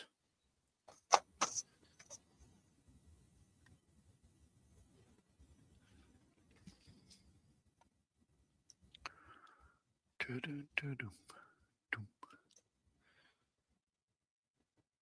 hell. I shouldn't be enjoying models this much, should I? I guess it's a cracking hobby. Maybe I should.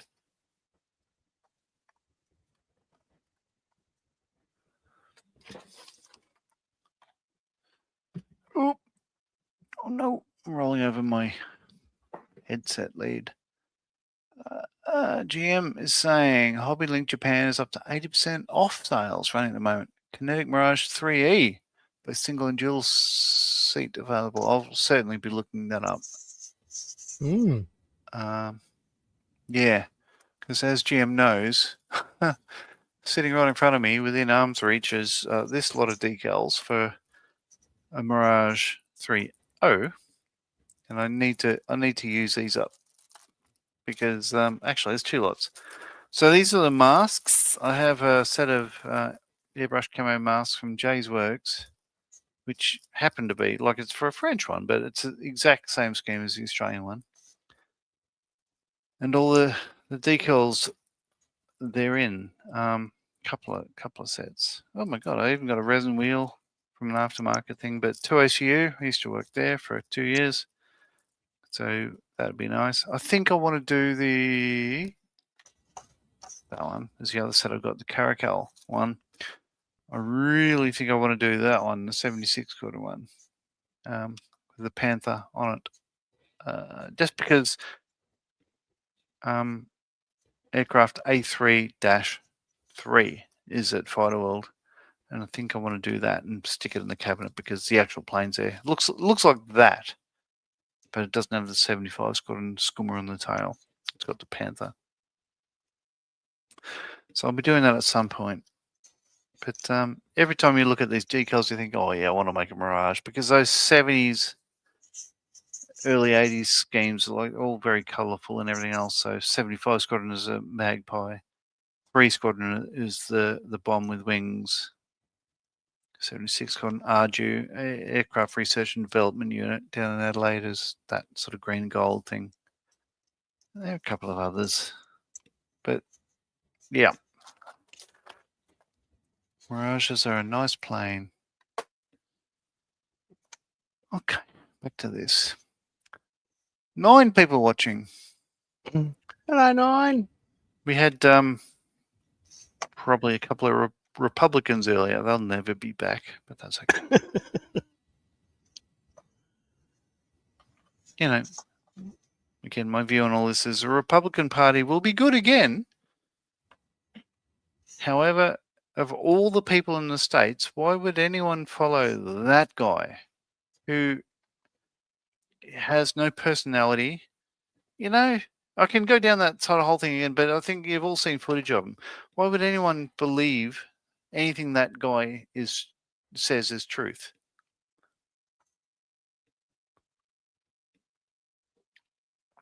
How's that Knicks game, Scott?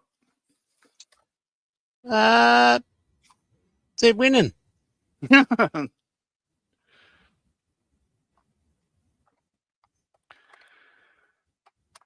Okay. So ECM. I'll be back in just a sec. Sure. So I'll go big screen for a moment then. So this wing went on perfectly well. So you can see the ECM pod fits well, top and bottom. And we've got a subtle sort of leading edge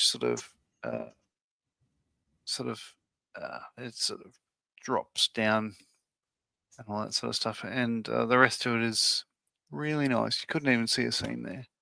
So the whole wing fits really well. I've got a very, very minute seam along the fuselage there, but that'll be a smear of the Vallejo plastic putty and you wouldn't even know it's there.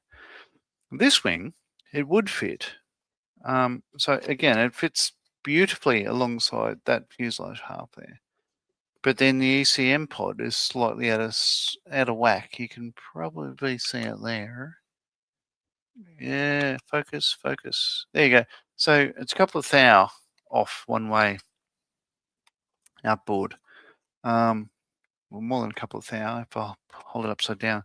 So what I need to do, I can't bend the wing, but if I push it where it needs to be, it raises up on the fuselage where it should be. But I think what I need to do is glue the outer wing and then get it to fit the inner wing. Oh no, that'll work if I bend the wing down and then glue it. There is no seam there. And then, in fact, this fuselage is probably a couple of thou. Oh yeah, it is off one way than the other. So that's causing that. But yeah, I'll get the outer wing lined up and then just bend it to get the inner wing to fit. There we are. So once I get that happening, it does line up the ECM pod. So that's nice. Pod bump. But again, I was talking about the Sublime wing fit earlier on. It's just, that's a lovely kit. So the better looking Whaley bought this knowing that I love the Viggen. Like, we've been discussing aircraft for, about 57 years now. And he knows. Well, how could you look at this plane and think, oh, it's just a plane? Yes. Oh, here we go. GM is saying, fun fact, the Mirage 3E would burn 77 Imperial gallons just on takeoff without extra tanks. We were gliders, not after 35 minutes, lol. So GM is, apart from being an absolute legend, he was a Mirage pilot with the Royal Australian Air Force for a time. In fact, he sent me a photo earlier of his actual aircraft, or one of them. Do you mind if I share, GM? No, I don't think you will.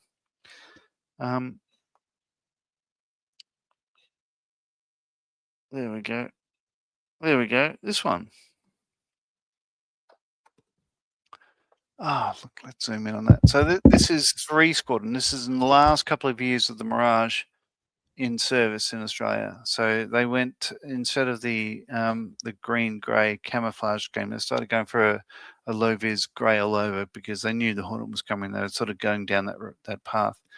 But that's a 3 Squadron aircraft. Now 3 Squadron, as you can see, it's got the Southern Cross on the tail, and there we go. That's a bomb with wings. It's the 3 Squadron symbol there. So let me just grab one more thing. Oh, this looks like it's in Butterworth. Looking at those. Oh no, it's probably not. This is probably Williamstown. Yeah, I'm not even sure. But GM would know. He was there. He probably took the photo. So let me grab a thing over here. So this is a 3 Squadron World War II scheme. Wrong. No, it must be in the cupboard. I'll grab it.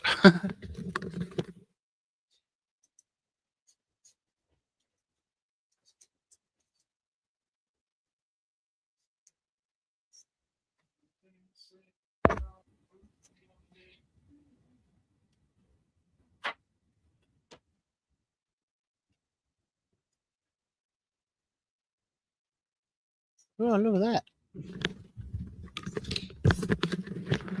Okie doke. So this is a 3 Squadron aircraft from Italy in 1943, World War II.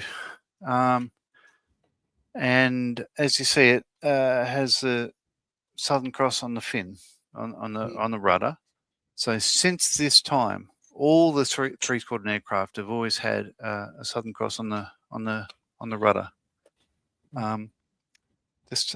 Not many people know that, but even the F-35s have on the tail. They've got a eagle carrying a bomb in a dive with the Southern Cross as the background, and it's all to do with history. And the CV was their code for Squadron code RWF3 Squadron in World War II. So this is the FX kit, and I made it a bit different. So what I did with this one is, knowing that the Mustangs that were in British service weren't painted in British colours, I tried to use the ANA, Army Navy Aviation American standard before it became FS, Federal Standard. I tried to use the ANA standard colours for the green and the grey. And as a result of that, it's probably not that great. I think it's probably like, this is loam, they call it, the green, and it's probably too dark. But it probably should look more like a late model Spitfire, if that makes sense. But it looks okay. And as the FX kit itself, if people are going to complain about it, oh, what a stunning kit. Like, there's nothing to complain about. It's a beautiful, beautiful kit. Anyway, there we go. Rudder. I actually went on a road trip in 2008, and I stopped at Tyab, just out of Melbourne. And inside the hangar that I was privileged enough to go for a tour through by myself. Yeah. Oh, well, I had a friend there, but and it was a Mustang in that same colour scheme. There you go. Yeah. I did get photos of it. No idea where they are now, though. Of course. Yeah. So Tyab is down the road-ish from where I grew up. I grew up in Dandenong, southeast of Melbourne. Tyab's a little bit further southeast. I think it was owned or have some sort of association with someone by the name of Judy Pay. Okay. Don't know her, but Pay Aviation.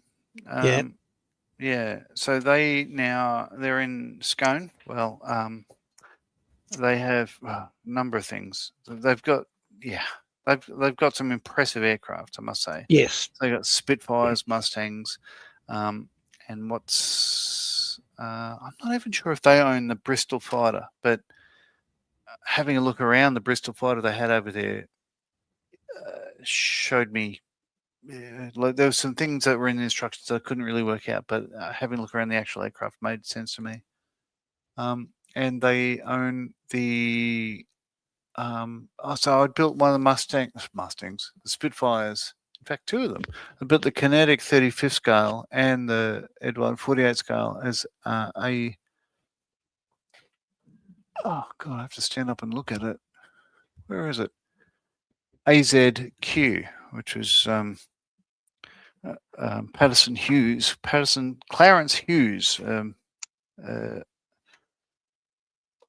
trained as a pilot in the Australian Air Force and transferred to the Royal Air Force in 1936 and then died during the Battle of Britain. But his aircraft, the wreckage of that has been bought by Pay Aviation over in Scone, and I've seen it, and there's not much left of it.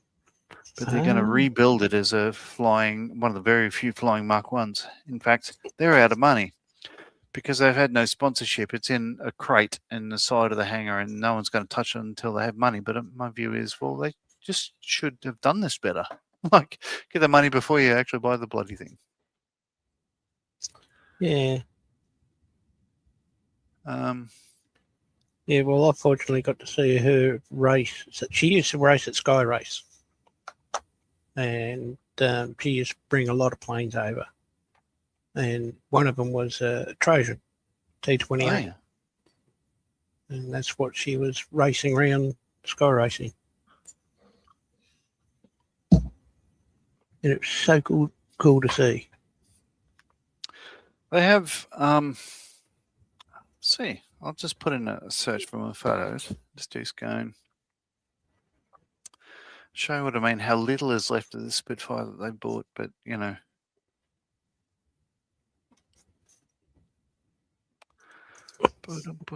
There we go. That's it. All right. It doesn't look like a plane, does it? No. That's a Spitfire. You can sort of tell because there's like that's the top of the fuselage. That's frame 11 behind the pilot seat. But that's it. They bought that, and there's not much left of it. But they're going to restore that. In fact, it's going to be 99% new build. And what they can use, which will be maybe a bit of the rudder pedal or whatever, will be used on that aircraft. But they're building that. But that's how it's turning out. So they've got some very talented people that work there. Yeah, when I was there was a P40F, the F model. And that's a mock-up of that aircraft. And that was about ready to be put back in the air again. What I don't understand about this is X4009. So they painted this up to be how the plane will look when it's done. But why the fuck would you get the font wrong? You had one job. Why would you get the font wrong? But it's an impressive facility, and as I said, like that's the work they do. It's incredible. So I shouldn't disparage them too much. Mustang. What else we got? Oh, this is a chipmunk, which is interesting because they self-lights on this, calling it a warbird, and knowing that it first flew in Canada in 1946. It's certainly not a warbird, but whatever. It's close Pistol enough. fighter. Yeah. So this is the model I've done recently. The way I was able to work out exactly how the rigging went and what things went to is by looking at the real thing. So that was really good, having the 1-to-1 scale thing close by where I could look at it. Oh, hello. That's Daz and Beast looking at Spitfire. Yeah, that's what they use to make the Spitfire bits. So bits of wood, and they use that to form them. All right. So that's frame 11, for instance. Oh, that's the engine, what's left of it. They dug it out of the ground, so it's a bit knackered. That won't fly again. But as you can see, I'm not disparaging them. That's incredible work. That's beautiful. I'm in the wrong trade. So for me to do historical aviation, I'd need to be a metal basher or a blackhander. So engine, airframe, or airframe. And being avionics, like what they get is anybody that can do metal bashing. Oh, I can work out these instruments and stuff like that. And I'm just thinking, okay, give it a crack. But that's why we have different trades. GM is saying he knows the Pay family well. Was helping them with the painting the P-51 interior fuselage. The Trojan aircraft is one of 4 brought in from overseas, and that aircraft is now back in the air. Yeah. Yeah. In fact, one second.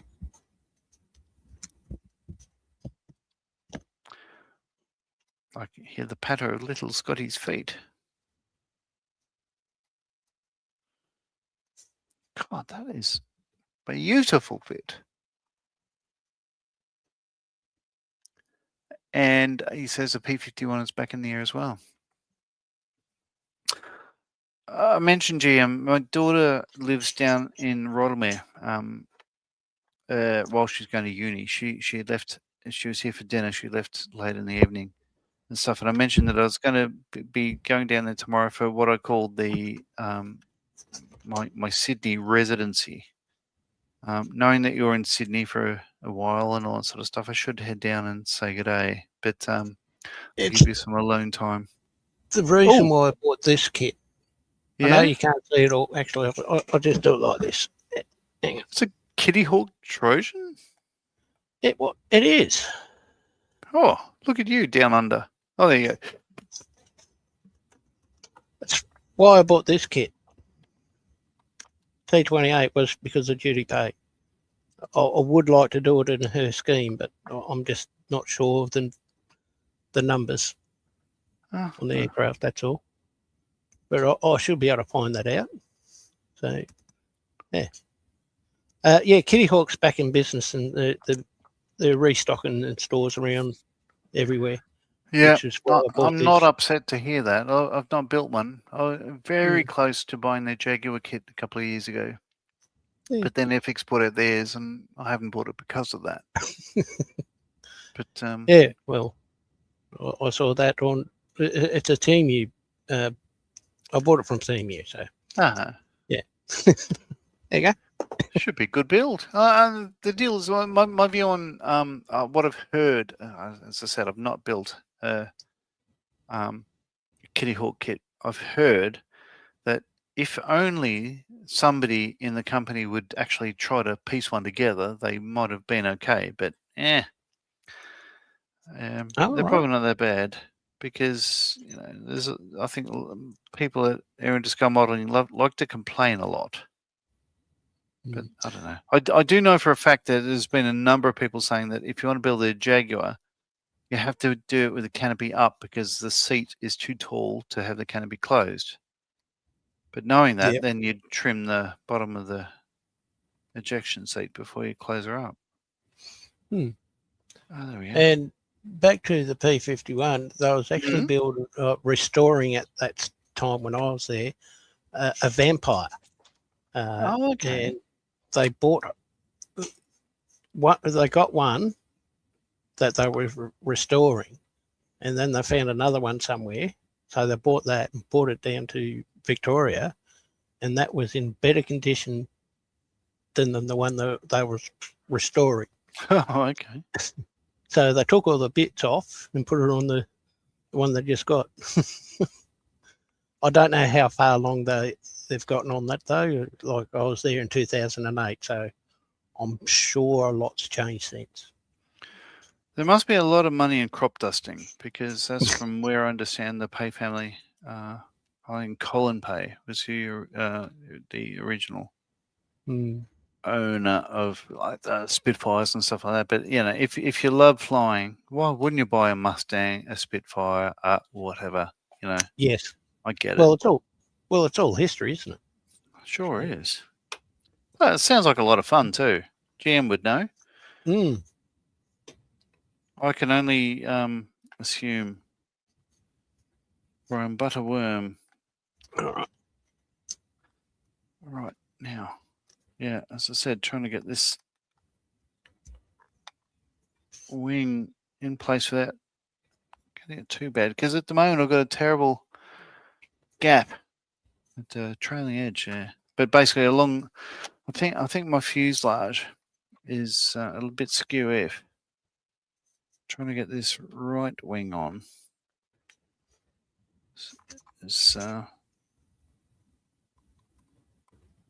Having a bit of a rainstorm right now, and I'm hearing drops. That's okay. I can get that there. Or drips. You're hearing drips, or are they drips or drops? Please confirm. Well, that's why I'm looking around, because I'm just hoping they're outside and not inside.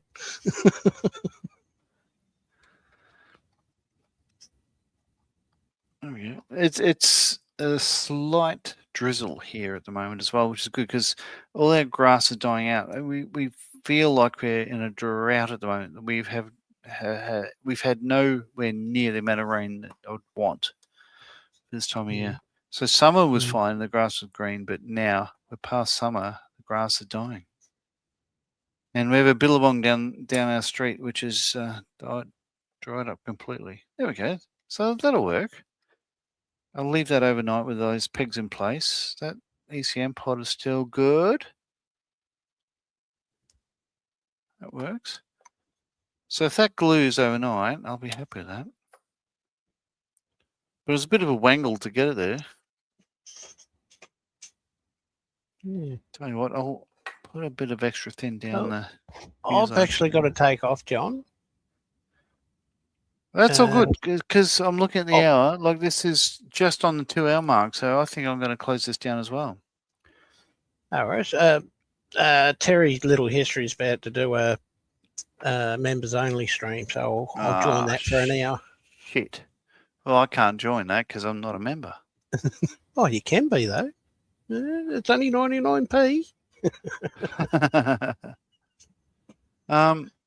Ask him if he's happy. You can send me the link and I'll jump in. But I'll certainly consider joining, because I do like Terry and what he does. But yeah, it's your call. It's your thing. So put our cameras up as we say a goodbye. Thanks again, Scotty, for joining, and thanks for all the viewers. No worries.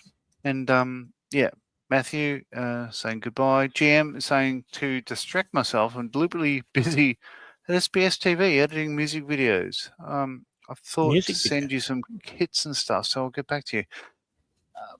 GM, let's talk.